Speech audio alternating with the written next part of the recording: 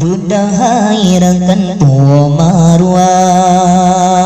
berkata papa nanggro lampang ke menyodong kafe tanyo dijajah parang tak asa tak cerungan batek jina wahabi marasi lempang rata wilayah jabegan ase gijak semebut memacam surah yang pahalang kola kedeta ade pane ilme sidung nan lemang imum menasang hana perleng talikin manyet ngon sama dia kata jen pegang hana yodile talikin manyet ngon sama dia kata jen pegang hana yodile hukum tak pedang timungan barat perdeka plata usi sigra lage firanda si farhan kaplat wahabi sesat be meraja lela seramo mekah waringan sahabat bukan ke tempat si haram buta nanggro penulang tak jaga siat pedang syariat lagi yang kakak hai bangsa Aceh si anak buta blut mebek lagi blut yang dua matang mebeta congpeng mereng basi fun asai kadro perut rasa bahagia mebeta tuang peng mereng basi fut asai kadro perut rasa bahagia tapi semike bek pakai duit ada yang padon genari cahaya lam nanggro menyum kasupun di urang mulut mekoko punca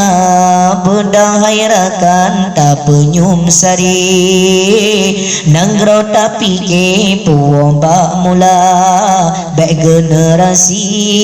tok sampo bake yang lain lahe tama binasa ajaran sesat si dengan sino cukup tanah larango bata kira beto babang nekun menau jata lango ban Allah ridha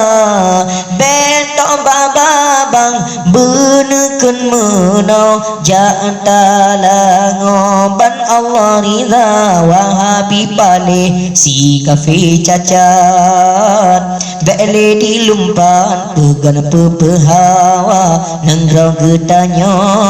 tanyo po adan be awak barat jija petuka menyabit ancun nangrau ka fengfo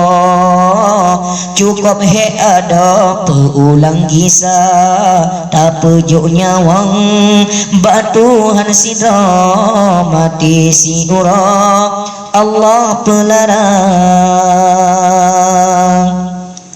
sabodalika terjadi wahirakan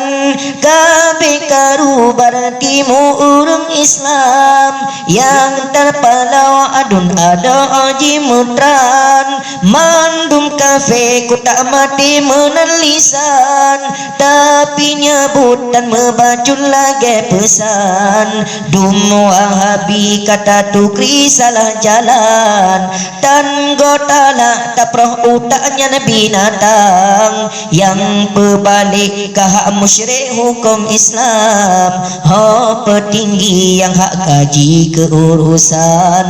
betok kamu yang melango di dalam perang mana kemudah dalam nanggro besi jalan yang melangge cok peabeh lam kuburan di kahai pihai aselih denger jang kah wahabi kaduri nanggro Islam nanggro yang kong dengan sokong adat resam